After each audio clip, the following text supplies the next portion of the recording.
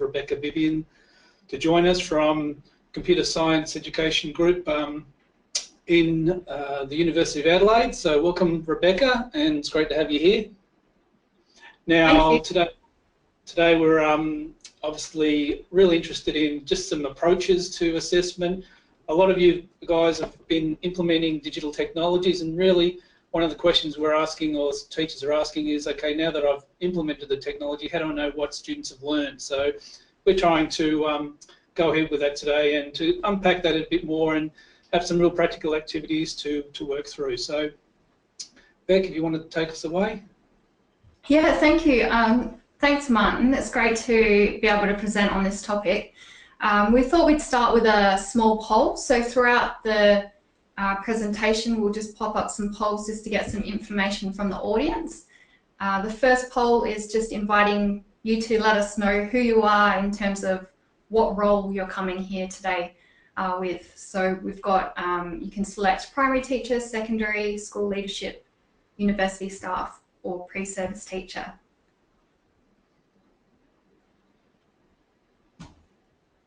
So we can see most teachers are from primary years. We have a number of school leadership.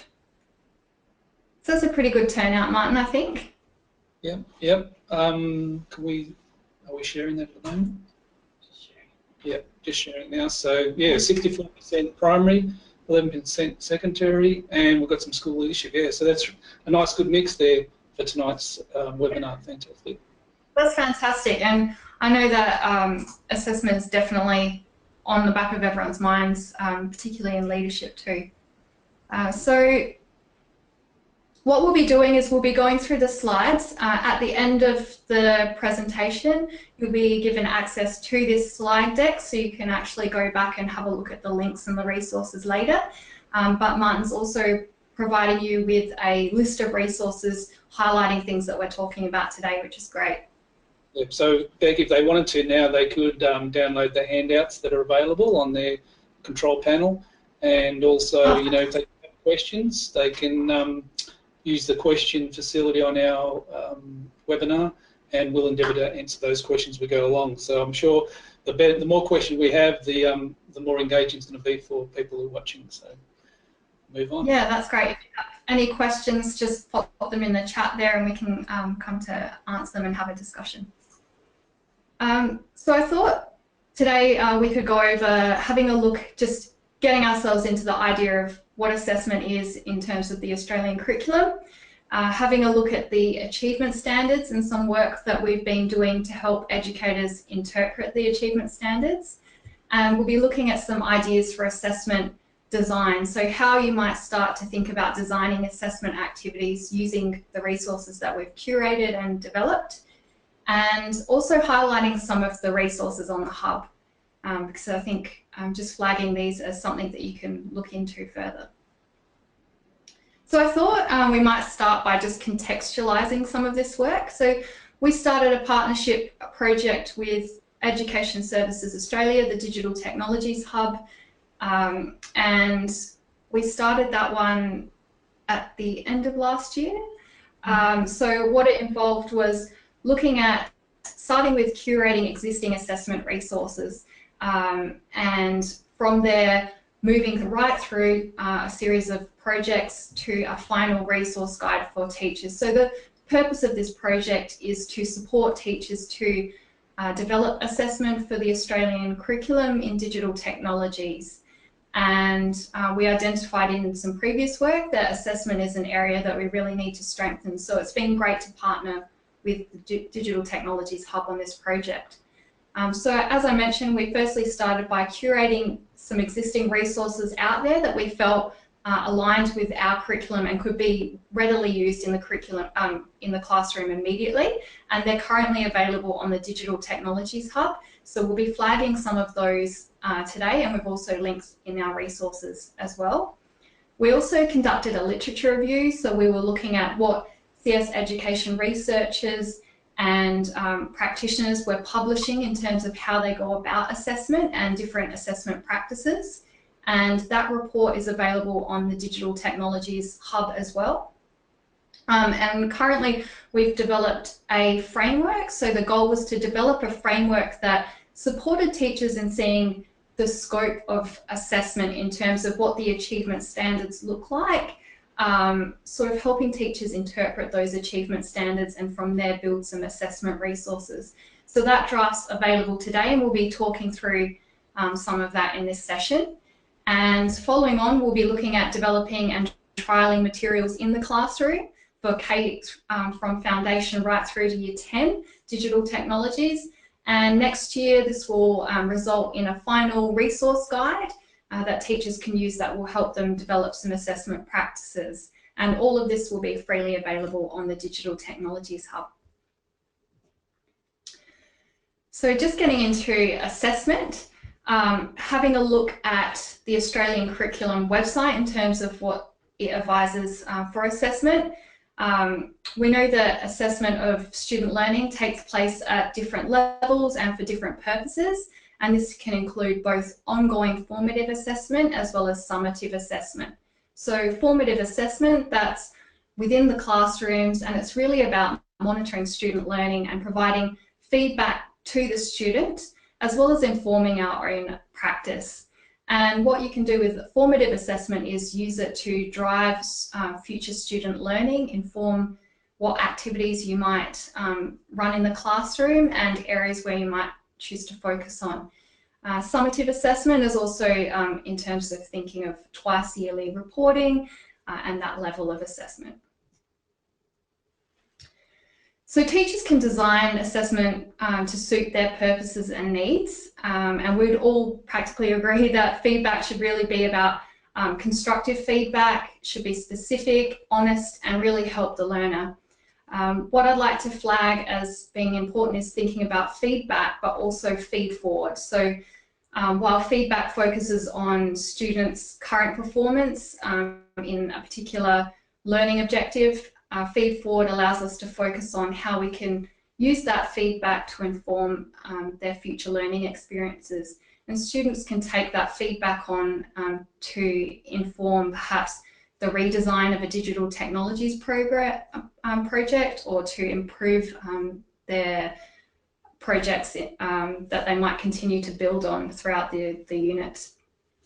So Beck, just one thing with this image, it reminds me of those photographers that assessment is just a snapshot of time, and so you know what you're giving feedback on is at that point in time, and you know obviously as students progress that'll change as we go forward, hopefully. Yeah, absolutely. I think what's great about the Australian Digital Technologies curriculum is it can be quite interactive, and students do have that opportunity for lots of feedback along the way. Digital technology solutions often are designed iteratively, so you really need to be engaging students in their own feedback processes so they can iterate their projects, think about how they can use that feedback to design better solutions. So yeah, I think it's a really interesting one for the digital technologies curriculum. So I guess another aspect is thinking about who can give feedback. So it doesn't have to solely rely on the shoulders of a teacher. I think there's some great ways that we can involve lots of different stakeholders in the feedback process. So students could gather feedback from their peers, they could gather feedback from another classroom or year level, they could gather feedback from computer applications, it could be tangible, so if they're using robots in the classroom, they're getting that instant feedback of what they're seeing, so really getting them to notice and use those cues as part of that feedback process. We could also... Sorry, just when students are coding, that's the beauty about coding as well, or programming, is that when you're doing a program, they're getting instant feedback whether the program's working. They can go through that cycle where they're debugging, and that level of feedback as well. Yeah, I think that's great, and I really like that implementation part of the digital technologies curriculum. I think that's really exciting for students to get that instant feedback. And you could also, in digital technologies projects, if you're partnering with community or scientist experts, you could use them in that feedback process. So you might get them to provide feedback as the clients, so that students can take into account what they're hearing in terms of their solutions that they're creating. Okay, so now I thought we'd go into the achievement standards. So the Australian Curriculum Achievement Standards, they're on the Australian Curriculum website. They can be found along with the content descriptors. So there's been a bit of a redesign. So I encourage you to just go and have a look at the new website just to familiarise yourself with where they are now. Teachers use these achievement standards as the basis for making judgments about student learning or groups of students, and they can be used as the part that informs how they might design their assessment practices. The achievement standards on the website are in text form, and ACARA have signalled them as the satisfactory level, so being the middle point of what a student could be expected to achieve at that year level band. And then what teachers can do is make judgments as to what might come below and above that satisfactory level. So in our work in terms of developing assessment materials, we felt one aspect that could really help teachers is to unpack the achievement standards and support them in interpreting the achievement standards. So what we wanted to do was take the text of the achievement standards and break it up into small bite-sized pieces that teachers can manipulate in terms of putting that into their lesson plans or unit plans, and when they're thinking about designing their assessment activities. So what we've done is, you can see on this slide here, we've got the achievement standards as they appear in the Australian curriculum.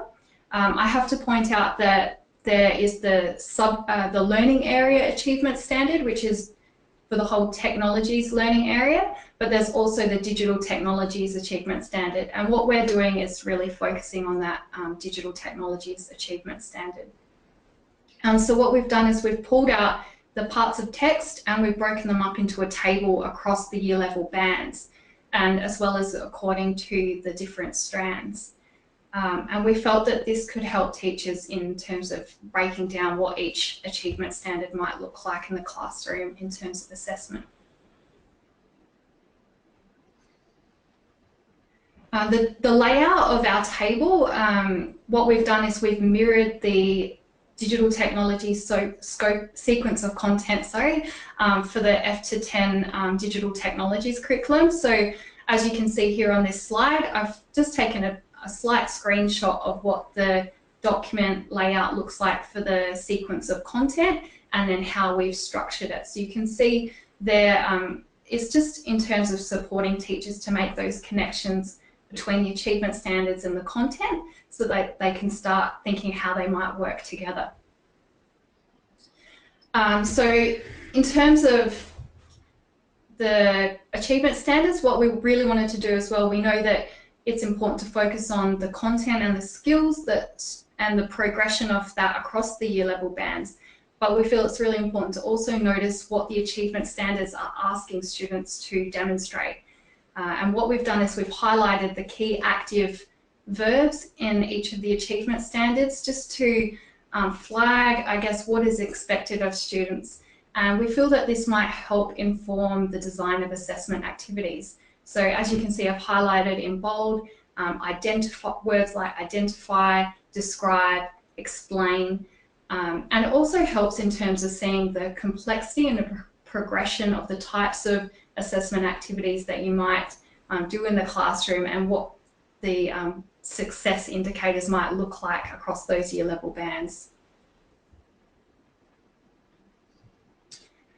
So as I mentioned as well, it's important just to remember that the achievement standards, they're indicating that it's the satisfactory level of what is expected at that year level band. So then teachers are able to start to make assessments of judgments of what they might expect below and above that achievement standard.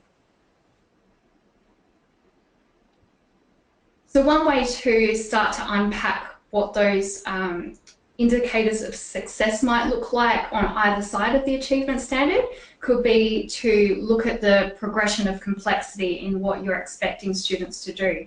So I quite like the solo taxonomy. This was suggested by Anthony Speranza in one of his activities, which we'll talk about shortly. And what it does is it really highlights the different levels of complexity and how students can move along. And I think it's really nice in terms of the pre-structural right through to extending and the extended abstract aspect. And also it highlights the key active verbs, which might help in terms of what you're noticing students as demonstrating in those levels of complexity.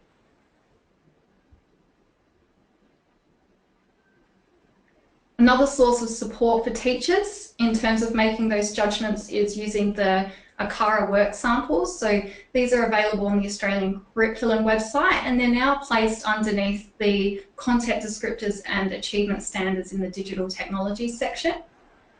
What I quite like about these is it flags annotations over actual real-world work samples, and it's really useful in terms of seeing what you can be noticing as a teacher in terms of the level of demonstrating knowledge and skill. So I've just pulled up a couple of their examples here. So I quite like the one on the right, the BBOT, because we'll be talking about this shortly. You can see here there's a video on the website, and I've taken a screenshot of that, and you can see that a teacher has flagged an indicator of achievement in terms of the student has had the BBOT move around a complex grid, and they've been able to avoid an obstacle as well. So I think these and the work samples, I think, Martin, you were saying earlier that they're quite useful in terms of maybe pairing them with the digital technologies resources. So if you found a resource on BBOTs in the classroom, you can bring up the BBOT annotations there in the work sample and sort of, I guess, help you develop a criteria for success around that. Definitely, definitely. And same with binary. There's a few, there's ACARA work samples at year 5, 6, and there's other resources there. So I definitely agree with Rebecca there to have a look at some of those work samples and just see what's available, and it'll help you with that A through E as well. So. Okay, so I thought now we could move into looking at some ideas and approaches for assessment. So I'd like to start by pointing out that one way to approach developing assessment activities is to obviously draw on things that you're already doing in the classroom and the knowledge and expertise that you already have from other learning areas. As we've seen in many cases, the digital technologies subject area works really well in terms of integrating with other learning areas, particularly in the primary year levels. And often if you're teaching in an integrated fashion, you might find that if you're doing activities with procedures using BBOTs or organising sequences of instructions, you could draw on things like your assessment approaches and strategies from English as well as science. So it's really about thinking maybe perhaps if you're integrating, what resources and what tools and techniques and strategies can you draw on from other learning areas. And just on that, Beck, we're putting up a lot more resources now that are integrated. So basically, if you go through our lesson ideas and filter by, you know, it could be English or science or geography, whatever it might be, house to get some of those extra lessons that are there, and they also have assessment ideas as well. So all of our lesson ideas have assessment ideas, and basically some might be rubrics, but there's a whole range of different strategies we sort of try and provide. Again, you can build on those, and hopefully through what Rebecca's going through today, you can look at ways of designing your own effective assessment strategies and approaches. Yeah, that's fantastic. I love that a lot of the resources are really supporting teachers in that way.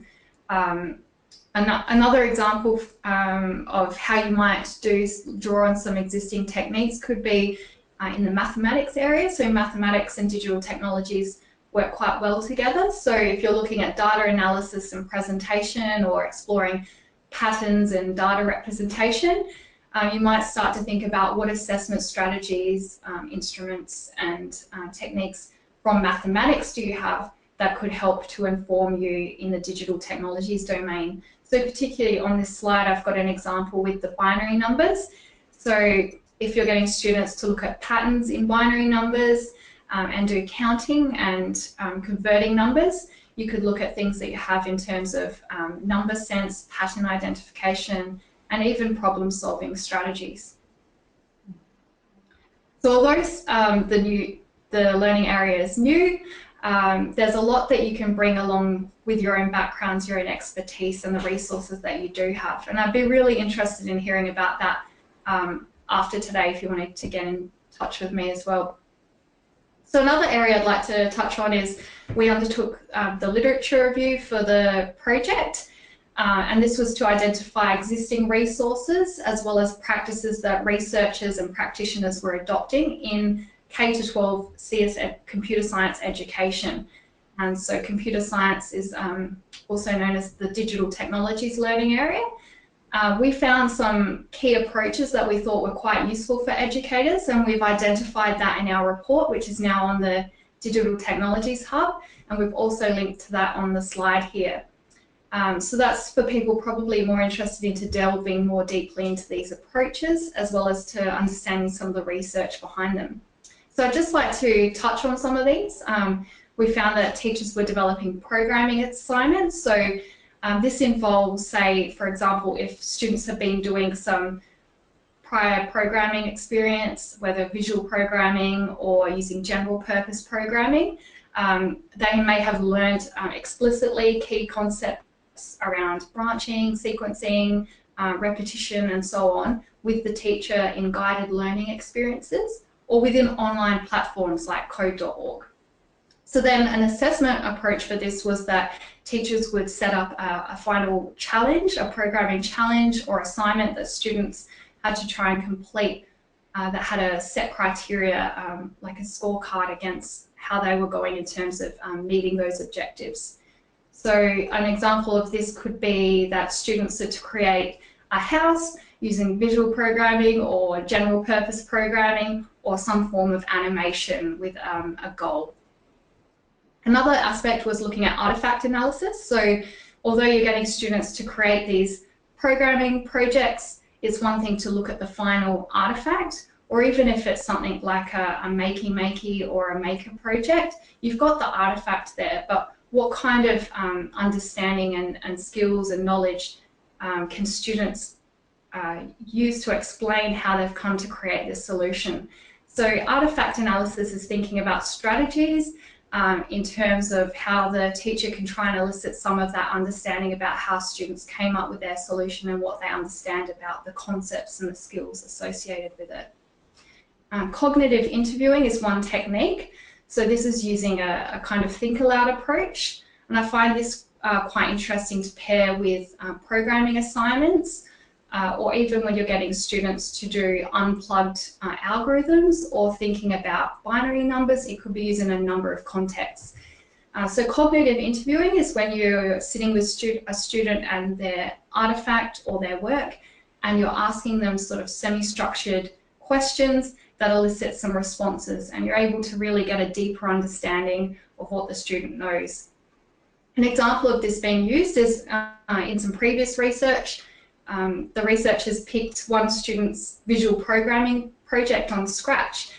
They focused on this child because they thought his program was quite complex. It had a lot of blocks, it had a lot of complexity, but when they sat down and they did some interviewing, cognitive interviewing with the child, they realized that the student had mixed and matched blocks from other Scratch projects, and the student actually lacked a lot of understanding about the concepts behind their project and how and why they were using these blocks besides the outcome that they had. So the cognitive interview really allowed the researchers to identify misconceptions, gaps in knowledge, and they were able to provide this to the teacher to address in further learning. Some other examples are looking at test questions and problem-based puzzles. So these are taking existing concepts and then developing some puzzles or some multiple choice or open questions that test students' knowledge. And lastly, rubrics. So we'll cover some of this in the next following examples. So we've looked at some suitable assessment approaches in terms of existing literature and existing resources. And what we really wanted to do now was to develop something that could support teachers to create their own assessment resources and approaches. And so we developed this framework. What we've done is we've, as I mentioned before, we've mapped this to, we've tried to interpret the achievement standards, and then we've mapped our table to sort of match the content descriptors to help teachers in that process. So you'll have access to the full table in the handout. What I'm doing now is I'm going through how the process works of developing assessment activities, just taking snippets of it so it doesn't become too overwhelming. So this framework's based on some work by Carnegie Mellon University, and we've adapted their approach and expanded on it to align with the digital technologies curriculum.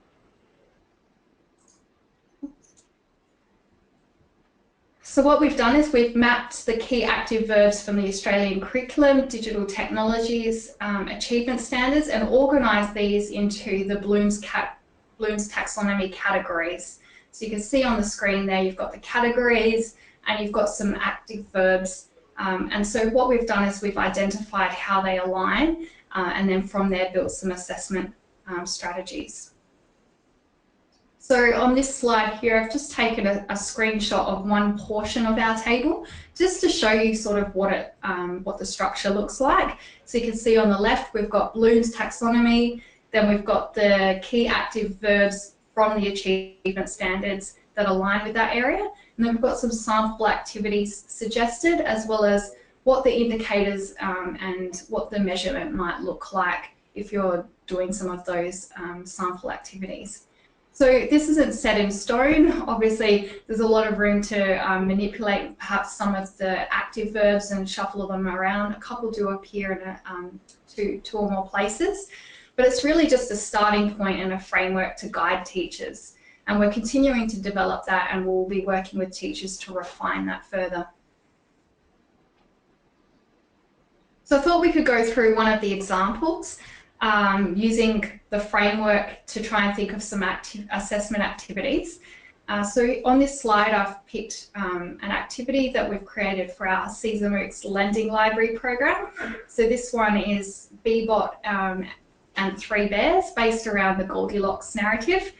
And the activity is basically involving moving a Bebot. Students do some sequencing in terms of getting the narrative into the correct order, and then the teachers can put the little categories of the narrative around on a Bebot map, for example, and students have to try and navigate the Bebot to the correct sequence of events. So this activity could have been done in a classroom, it could have been part of a unit where students are building up from getting to know the Bebot to looking at sequences to getting to this point of now navigating a Bebot around a mat. So I guess once you've done that, what kinds of assessment activities might you do with that? So what I've done on this slide is we've pulled out some of the examples. So we've got at the very top there, this is the achievement standard interpreted from the text. It's asking students to design solutions to simple problems using a sequence of steps.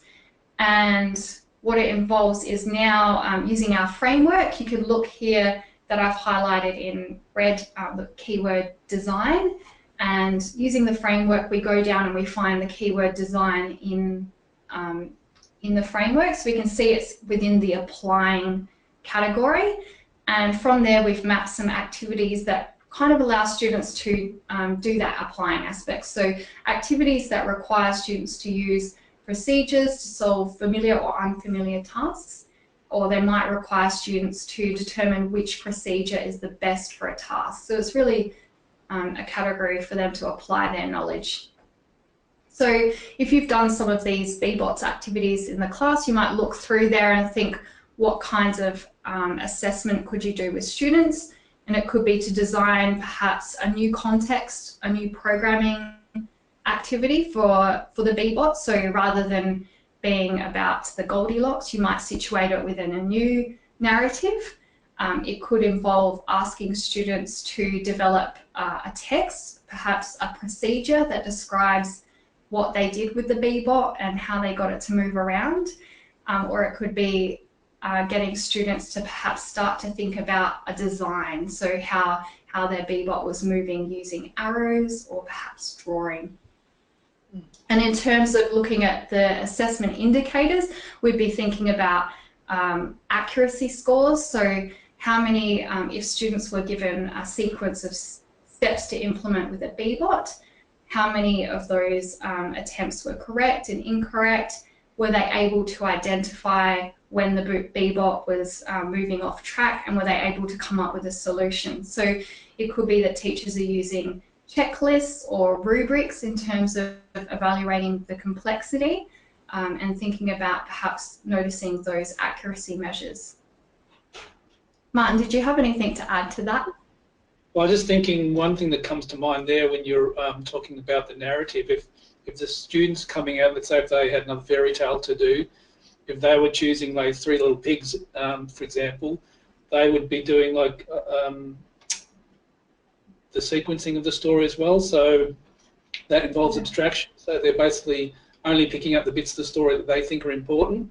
So abstraction is an important part of digital technologies thinking and computational thinking. So, but all those ideas there, obviously the demonstration, you know, that's quite easy to sort of do, and probably what teachers would be doing. But some of those other ideas that makes us think a bit more like a flow chart or something that's, you know, gets us to think broadly about how we can assess. But I can see that being a real value. And we also have quite a few activities for using the Bebot for F to 2. So, you know, just have a search around and you'll be able to see some of those activities. Yeah. And at the moment, the table represents all F to 10 possible ideas for assessment activities, and not all of them might be appropriate. So it's really a matter of, I guess, thinking about the task and what you're asking, what the achievement standards is asking students to demonstrate, and then finding an activity that suits your context and needs. So we're looking at, if people have feedback later on, how we might structure this to be most useful.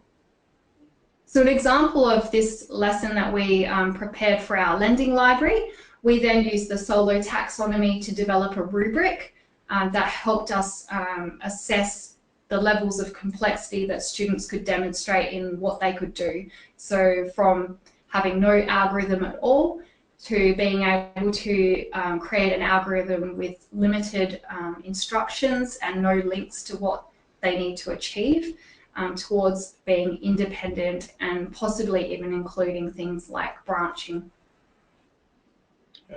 Just on that, if you know, if some of this terminology might be for teachers who are just new to digital technologies, the hub has got a topics area. So, for example, if you weren't quite sure about algorithms or wanted to find out a bit more about that, you can look on the topics section for algorithms, and you know that way you can sort of find out a bit more about these topics, and there's a glossary of terms and how to teach it. So yeah, that's great. And that would be a really nice way to pair with the framework that they're given. So looking at the achievement standards mapping, they could be looking at those keywords and then finding some resources that align with those, just to help them to think of some lesson ideas and then assessment activities. Yep. So I guess the next lesson example I'd like to walk through is a digital systems lesson, and this one is taken from Anthony Speranza, so one of his blog posts where he recently borrowed some technology using makey-makeys in the classroom, and students were coming up with makey-makey projects.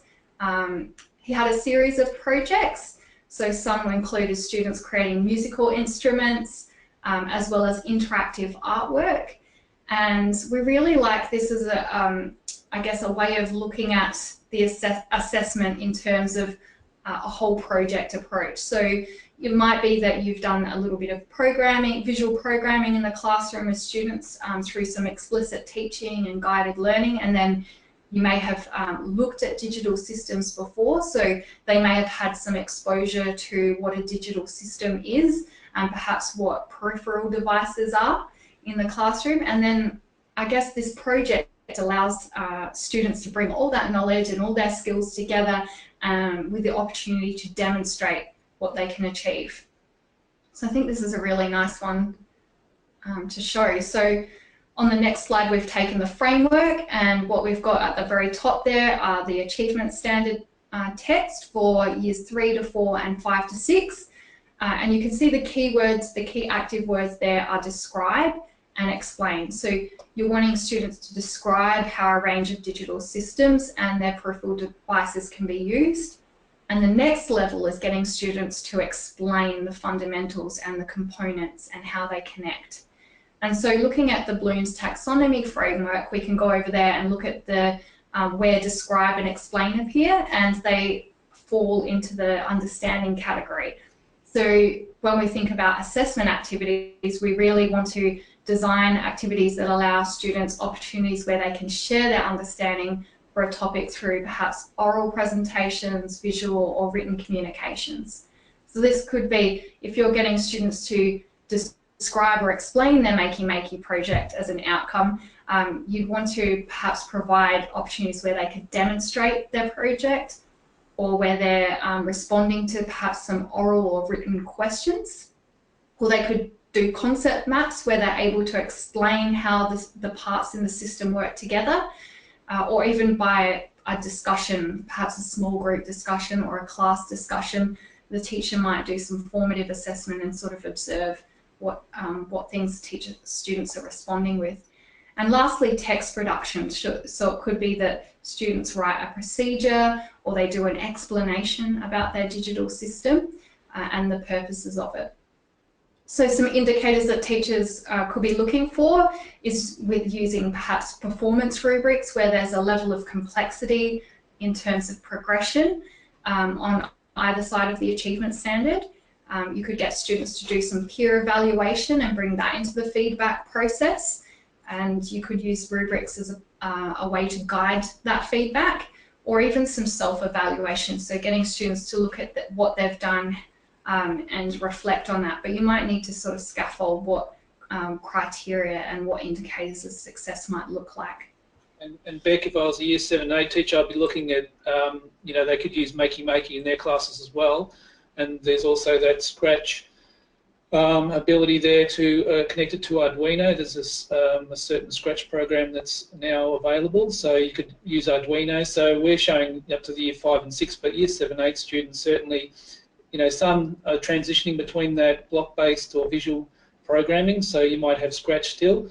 Then you might have other students who are using something like Python or another general purpose program and connecting, you know, Arduino or whatever it might be. So, you know, just think about those other connections. The other thing is we've just shown a section out of the digital systems where you can do some assessment.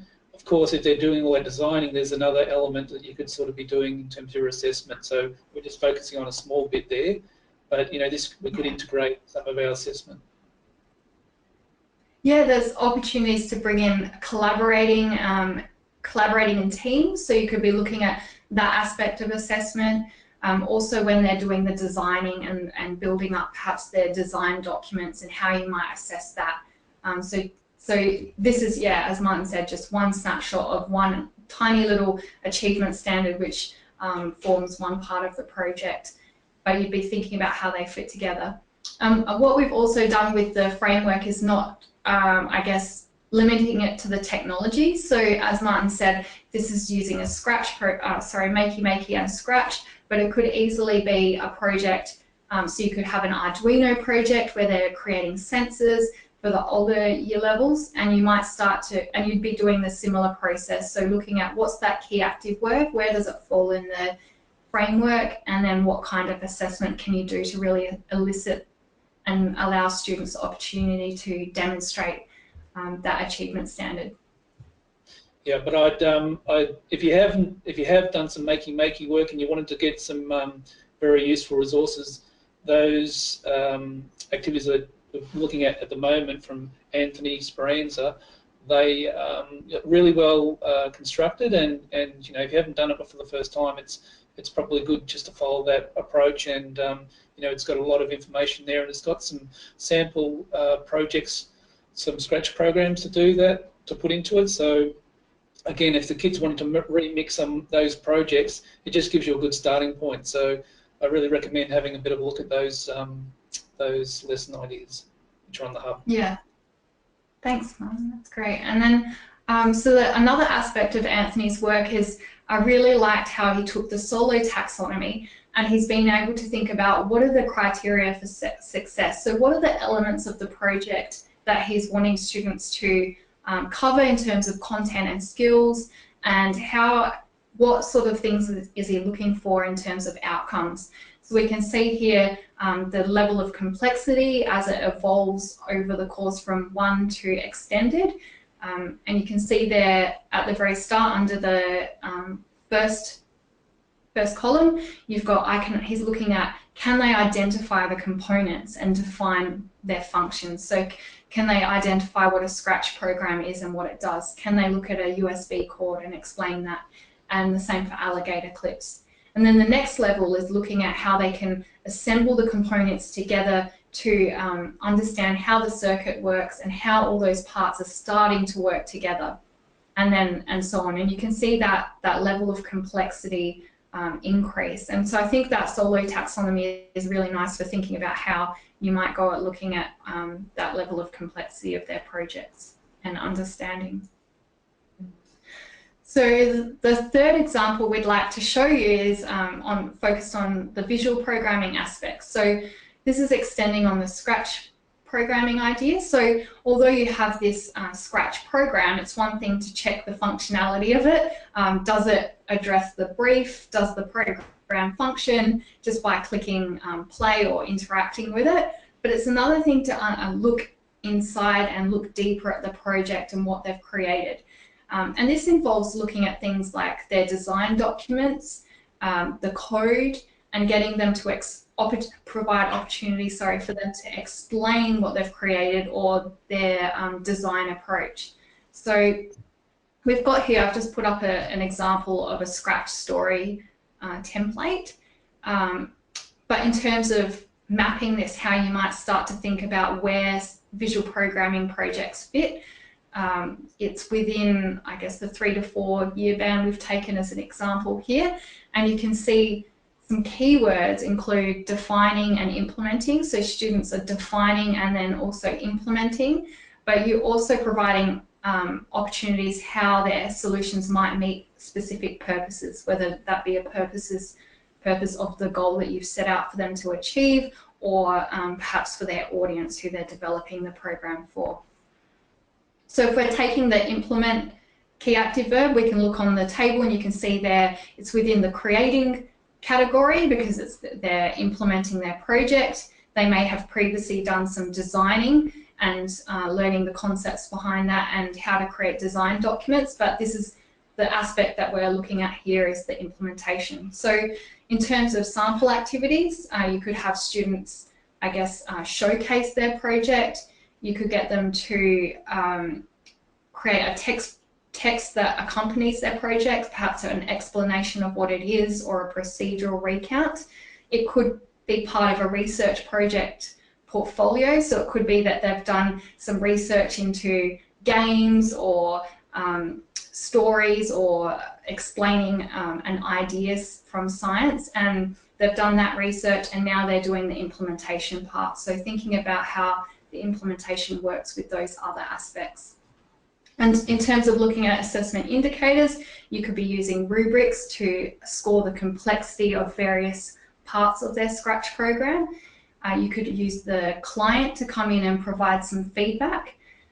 You could use some think aloud activities to sit down with the student, looking at their code, asking them some questions for them to explain how the code works, to explain how a user engages with their program, and to sort of see if students are ticking off those criteria for success that you're looking for.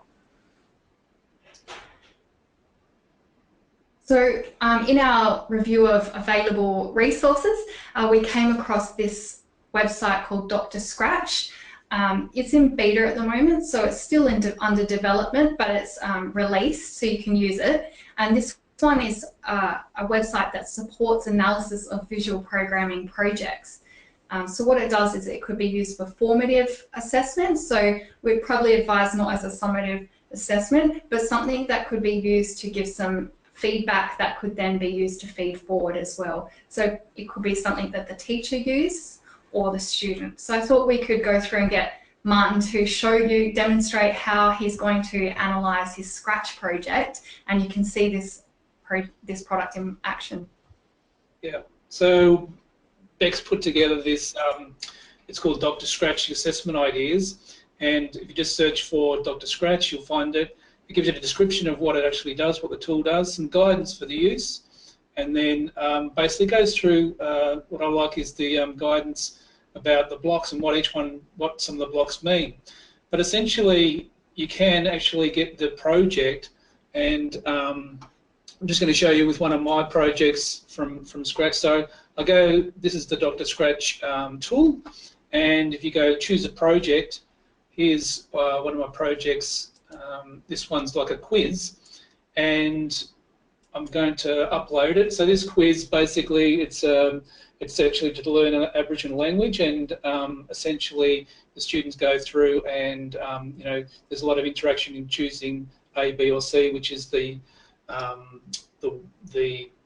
right language that a turtle or a particular animal's called. So once it downloads, then you sort of get a score. Now, we don't want to be concerned about a score overall. It's really, this is about looking at the elements of your program and how can we improve on it, or what can we learn for next time. So it's not necessarily you're going to go through and fix it, although you might do. It's really about what do we do in terms of our, so let's just choose user interactivity. You know, how is that scored? And let's have a look. So, you know, basically you get no points if it's just a when clicked. So often that's how most of the programs are started. You know, when clicked, something happens. But you get 1 point if you vary that. So you can see there when the right arrow key's pressed, when the sprite's clicked. So there's various ways of starting your project. That gives you 1 point. 2 points if there's another sort of format. So you can see there, you can go through with a student and talk about, okay, how's some other ways of creating that user interactivity. Data representations haven't got a lot, but you know, you might have in another program where data is used, so it might be a counting program, it could be a roll the dice program, you know, it's using some sort of data in there. Now parallelism in this one is high, so let's just have a look at what that might mean. So if you didn't know what that meant, it gives you a bit of a description of what parallelism is, and then basically, you know, how can you improve on that? You can get a 1 point. So it's when several things occur when a key is pressed, and you know, you can get more points if, you know, then you can have a look at those blocks that are suggested. So it allows you that, you know, the think aloud allows you to sort of discuss some of the programming with your students. And again, you know, it's just another way of getting some feedback and finding out a bit more about these sort of projects. But again, if you sort of look at the way Beck's written up the Dr. Scratch, this guidance for use, there's some extra guidance, you know, about the sequence, iteration. If you're not sure about, well, you know, what does all that mean, read through what's in here. User input, what does that mean? So these are sort of blocks that you're trying to sort of see, are the students using this? Because at year 3, 4, and then 5, 6, this is the sort of programs we're expecting the students to be developing. So I don't know, Beck, if you wanted to add more to that? Yeah, no, I think it's really useful in terms of even just teachers, if you're developing a rubric and you're wanting to maybe see what you might put down as those levels of progression. It's really nice for using it as a tool for your own assessment design. I'm just jumping back into my slides. But yeah, I'd caution against using it as a competitive thing in terms of using that final grade. But talking with students, sorry. Talking. Yeah. Yeah, I've lost my voice.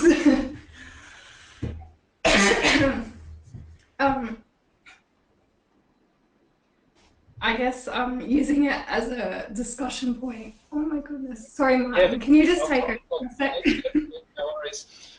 So really, you know, there are, if you actually search assessment on our on the website, you'll find a whole lot of resources that Beck's put together. Also in your handout, we've given you a list with the e-newsletter, and that, if you haven't signed up for the newsletter, down the bottom of the website is our newsletter link, and once a month you get a newsletter. This month's was about assessment, and so we provided some information about Beck's research that she's done, and also some of those resources that are available. So it's timely that you'll get some information. I mean, we'll have soon, I think in October, we're trying to get Girls in Tech as a bit of a focus, and we're going to go through that. But essentially, you know, it's great to get that information from the newsletter, and you know, we've got some more information.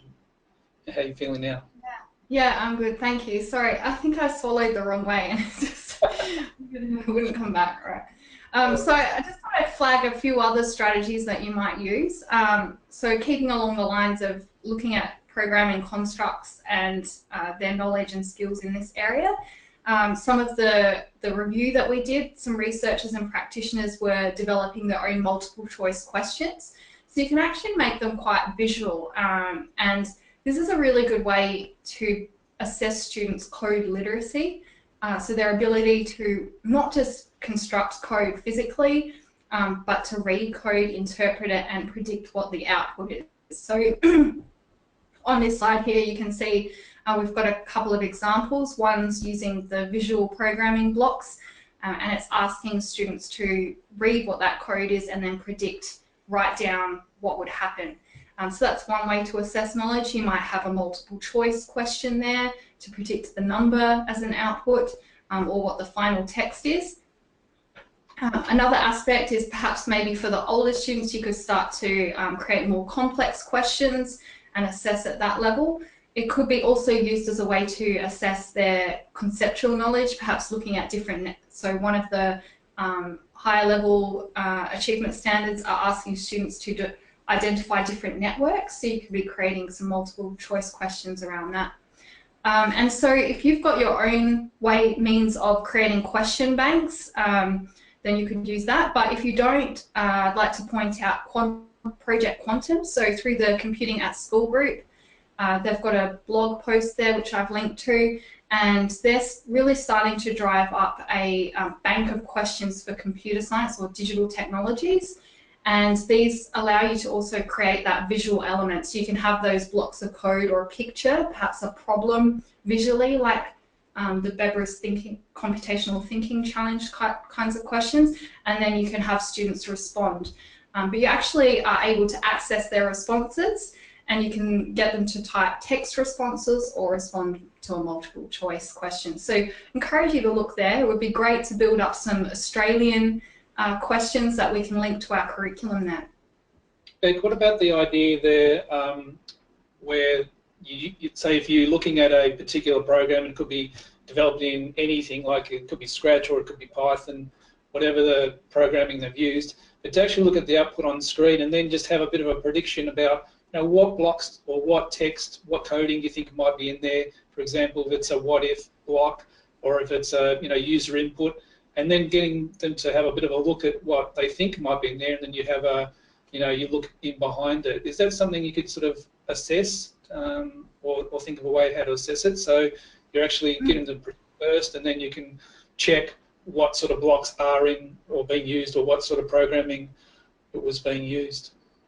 Yeah, you could pose it as a question. They have to actually physically create it, and then you could get them to perhaps check one another's, do some peer assessment. Can they identify the blocks? Then they're getting the skills of implementing, but also reading someone else's code. Or the teacher could go around and also use perhaps a checklist or something like that to assess.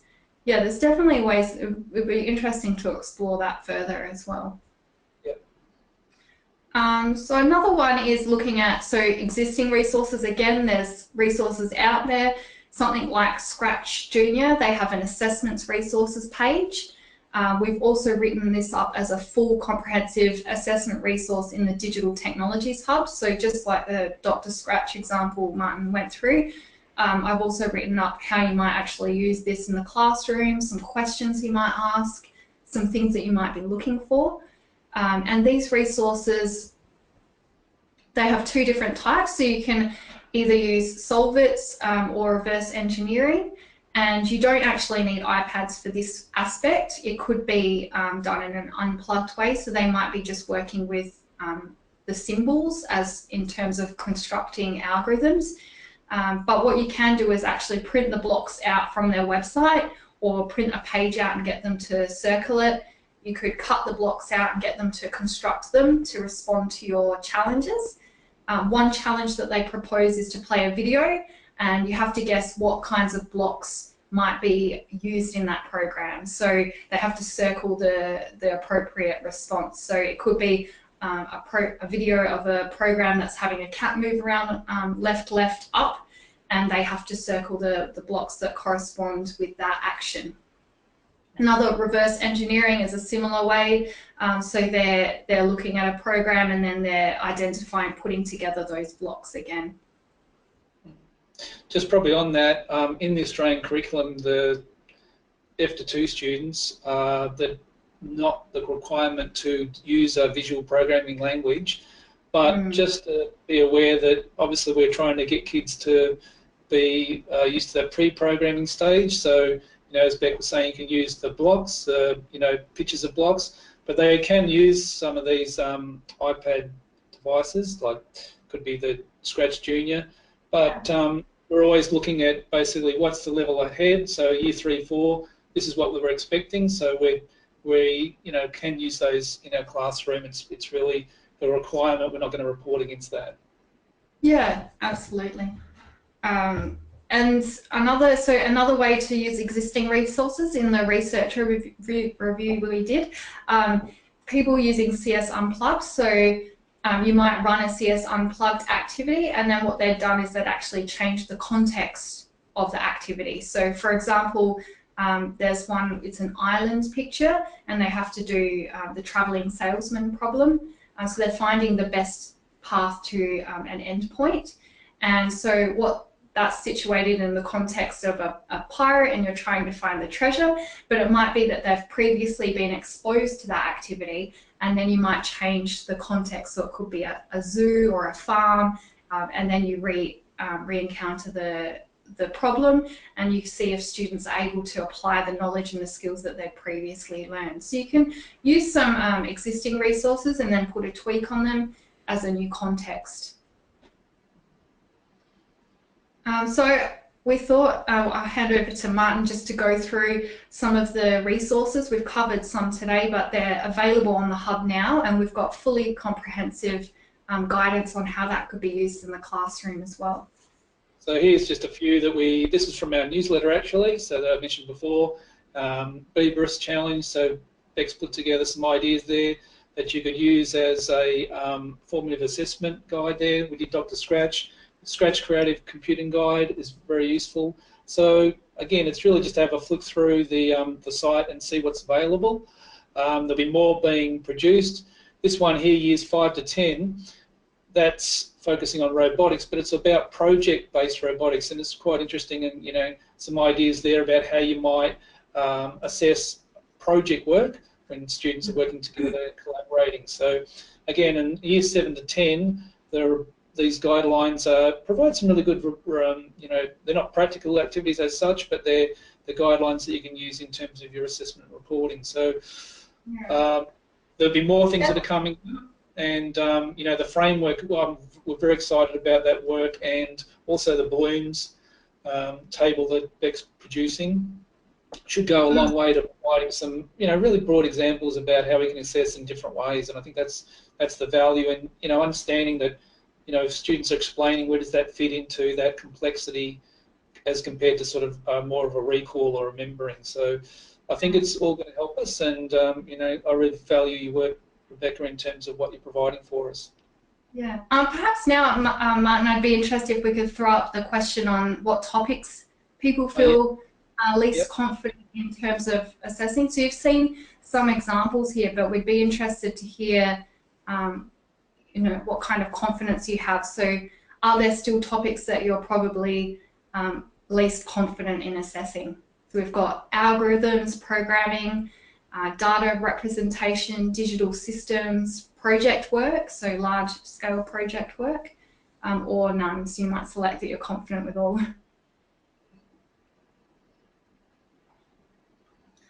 I guess this will just help us guide perhaps future resources or for it to do other workshops or presentations. It's really useful just to get an idea of perhaps what topics people are wanting further support in.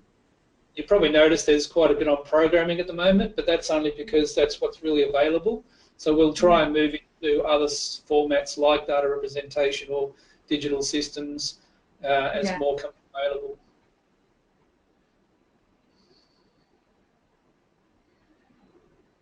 Should be getting it soon. Okay, so a bit of a smattering there. That's interesting. So that's I guess, you know, if we're able to further support resources around project work, so that was one thing in our literature review that was lacking. So there's a lot of assessment talk around how students, in terms of evaluating programming and algorithmic work and computational thinking, but there's not a whole lot on project work and how you start to think about, you know, not just looking at that final product, but how do you go about assessing how they're collaborating, interacting and sharing online, because as we know, that's one of the achievement standards. So we might do that. I think there was another poll after that, Beck, that we wanted to go through. Yeah, and so lastly, we'd just be interested in terms of guiding future work for the Digital Technologies Hub. What types of resources would you think you would most prefer to have that align with what your teaching preferences are? So I guess we're just trying to force people to select one, just so we can guide perhaps where some further development could go. So is it that you prefer explicit assessment against a single achievement standard, so perhaps some resources that just align with one achievement standard and unpack that, or integrated assessment across multiple standards, or integrated assessment of another subject area with digital tech? They're all good options, I think, aren't they? Yeah, we were going to put all of the above, but I guess a lot of people, you know, if you could have all of them, that would be fantastic. Okay. That's interesting, isn't it? The multiple standards is good, yeah. Yeah. So that guides us, I guess, making sure that we've got a nice even spread across all the assessment resources in terms of thinking about explicit assessment as well as integrated across achievement standards, but also within different learning areas. That's really useful. Yeah, so I guess that brings us to the end of our presentation. I thought I'd just like to say keep an eye on the assessment resource section of the Digital Technologies website. That's going to be under development. We're putting resources on there with the Digital Tech Hub, but there'll be also a redesign in the near future. Also, we're looking at the Computer Science Education Research Group. We're continuing our work in terms of developing assessment. So we'll be looking to partner with educators across Australia to further develop assessment resources and trial resources. So if you're interested in providing any feedback or working with us on any of that, and you'd like to receive some information in the future, please pop into that Google Doc, put the link on the slide there, and just let us know. It doesn't commit you to anything, but it just lets us know that you're possibly interested and we can send you some information. So we've also given you access to the slide deck and the assessment guide. Now the assessment guide is in its draft form, so I welcome any feedback. If you'd like to send through any changes or recommendations, feel free to get in touch with us as well. So I guess we can... I just wanted to say, Beck, we've got a few questions that I've probably missed as they came through, but we will answer those and send them back through all our participants. There's some really good questions there. One, I just want to say there's one, someone, Rebecca's in, not you, but another Rebecca, is looking at a scope and sequence of skills to integrate with programming. We're sort of working on a scope and sequence at the moment, so that's in production. And I'll take that on board, that we can try and integrate that. Also, some ideas about the solo taxonomy that people have found that really useful. So it might be good to do a bit more work on that solo taxonomy and working on that. So basically, anyone else will basically, if those questions we haven't answered, we'll get through at the end of the webinar. We'll send them through the next few days. Beck, that's been fantastic, and I've got some feedback here that people have found it really quite useful. And again, if we've got some other information or questions, please contact either Beck or myself, and we'll endeavour to get those questions answered. But thank you so much, Beck. It's fantastic. Thanks so much for joining, everyone. Yeah, I think we had about 60 odd people, so that's brilliant. And thanks everyone for attending. And it is going to be recorded, so if you do want to watch it again and go through it at your own time, it will be on the Digital Technologies Hub in about a week's time or so. Yeah. Okay, thank you. Thanks, Martin. Okay, cheers. Bye-bye, everyone. Thank you.